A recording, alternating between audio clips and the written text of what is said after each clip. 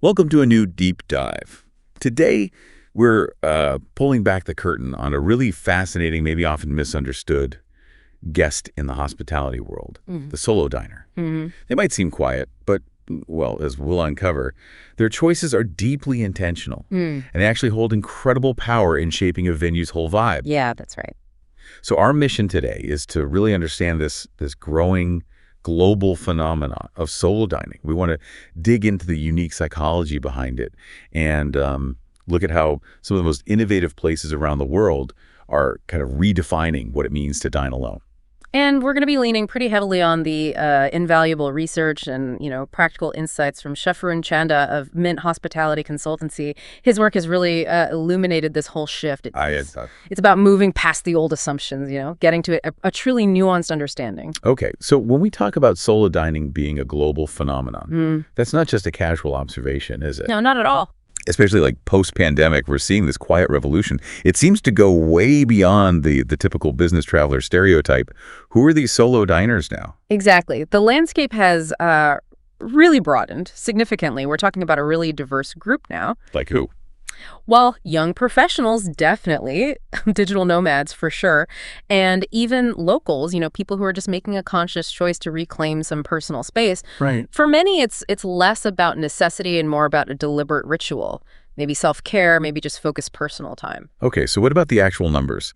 Do we know the scale of this? I feel like I saw some data in Chef Arun's research that really kind of stopped me in my tracks. Oh, yeah, it's staggering. So get this. Open Table data from 2022 showed a 34% global increase in solo dining reservations. Wow, 34%. Yeah. Across the U.S. and EU markets, post-pandemic. That isn't just a number, right? It's a statistically robust sign of a fundamental shift in how people are dining out. That's huge. And what's even more fascinating here is this isn't just a Western thing. Japan, for instance, they've long embraced Ohitorisama. Yeah, it essentially means the art of doing things alone, but with dignity and that cultural acceptance. We're seeing it mirror elsewhere now, especially as, single-person households become more common globally. So, okay, if we're seeing this massive rise, this quiet revolution, what's the biggest blind spot?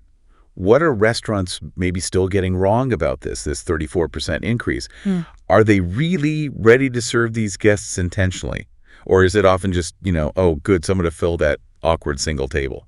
That's exactly the blind spot. Hospitality, and Chef Arun says this a lot, it begins with understanding, not assumptions. Right. And a lot of places are still missing the subtle cues. They're not quite seeing this demographic for who they really are. Which leads us right into the emotional side of it, the psychology of the solo diner.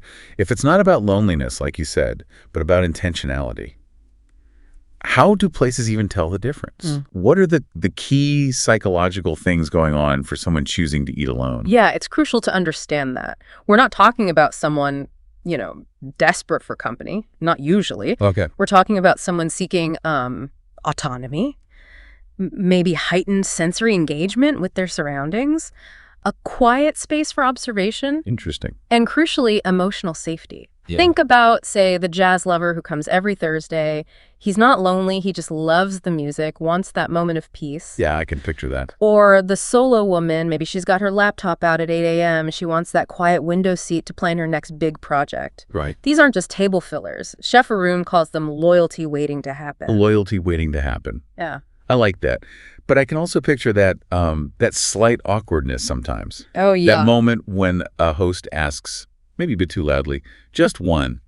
Or you feel other diners looking. I mean, those anxieties are real, aren't they? Even if they're subtle. Absolutely. People often use their smartphones, as a kind of prop, a buffer against that discomfort. So how can restaurants signal that it's okay?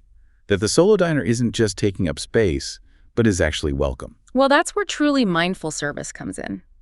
There was a study, Journal of Consumer Psychology, back in 2018. It highlighted that people feel way more positive when staff treat their solo presence as, well, normal, confident. Like it's weird. Exactly, not unusual or awkward. It's about creating an environment where they feel seen, but not on display. Seen but not on display. Okay. Yeah. So knowing all this about their inner world, the need for intentionality, emotional safety, the big question is, how are the really smart places actually doing this? What does this look like in practice? Chef Arun's research had some great examples, right? These alone together experiences. Absolutely. Brilliant examples. Let's start with Ichiran Ramen in Japan. They're kind of the gold standard here. Okay, Ichiran, what do they do? They have these private flavor concentration booths. Yeah. Minimal staff interaction. The food comes through a little window. It completely normalizes eating alone, removes any stigma. The focus is entirely on your bowl of ramen. Wow, that's specific. Totally. Then you've got, say, Barafina in London. Spanish tapas bar. They have this great open kitchen countertop seating. So solo diners can chat with the chefs if they want, or just watch the action.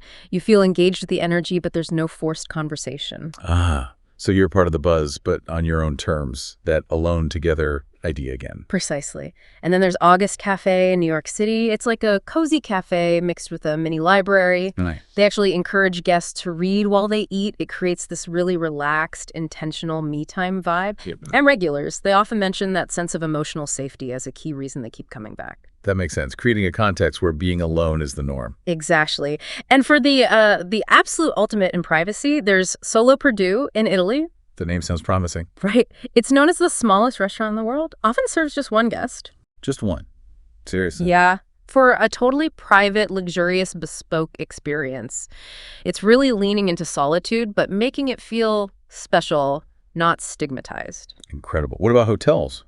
Are they adapted to? Definitely. Look at the Zoku Hotel rooftop in Amsterdam. They use these big communal tables. Communal tables for solo diners. How does that work?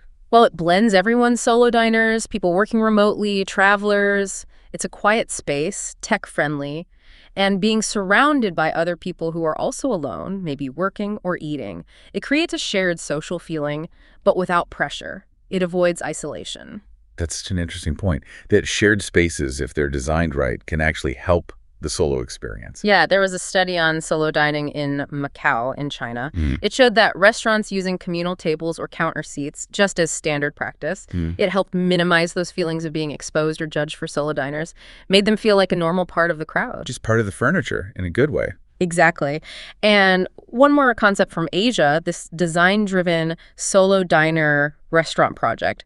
They took privacy to the extreme. How so? Think sound-isolated private booths, individual entertainment screens, food served via conveyor belt. Like Ichiran, but maybe even more Tij-focused? Sort of, yeah. Yeah. And the research showed much higher comfort levels and more return visits for these kinds of designs. It really, really prioritizes the solo guest's controlled experience. Okay, so all these examples, they really point to a crucial shift in thinking.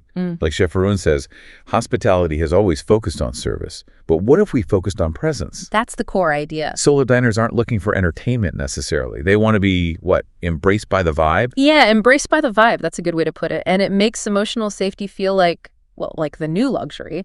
It's not just a nice to have. It's essential. Precisely. You're not just, feeding them. You're giving them a place to simply be, to rest, maybe think, maybe celebrate themselves quietly.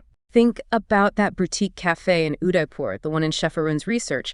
They have a dedicated table for one overlooking a lake. Wow. And it comes with a gratitude journal and a little note that says, "We hope you enjoy your own company today."